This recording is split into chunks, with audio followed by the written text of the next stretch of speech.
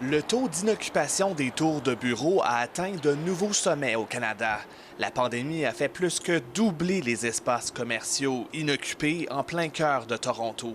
À Toronto, 274 étages se sont libérés dans le centre-ville. Donc, 274 étages, ça représente beaucoup de gratte-ciel qui sont devenus disponibles très rapidement, en un an. Dans les centres-villes de Montréal, Toronto et Vancouver, environ 1 mètre carré d'espace commercial sur 10 est maintenant à louer. À Calgary, plus du quart des immeubles de bureaux du centre-ville sont inoccupés. Mais dans ce cas-ci, c'est plutôt les conséquences de la crise du pétrole que de la pandémie. Les choses ne se sont pas tant aggravées à Calgary parce que ça allait déjà tellement mal au départ.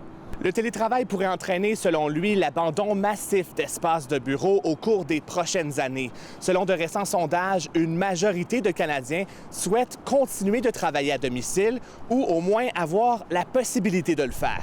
Avoir l'option et la flexibilité de continuer de travailler à la maison, mais aussi de me rendre au bureau, c'est un aspect qui, pour moi, personnellement, va être très important.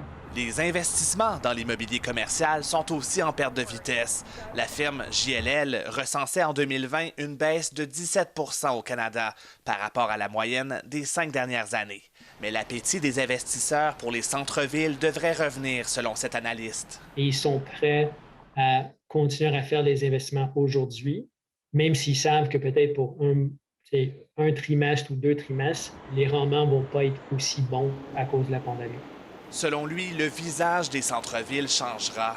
Des entreprises comme Shopify ont décidé d'implanter le télétravail de manière permanente et cherchent à sous-louer ou carrément à vendre certains de leurs locaux. Ici Philippe de Montigny, Radio-Canada, Toronto.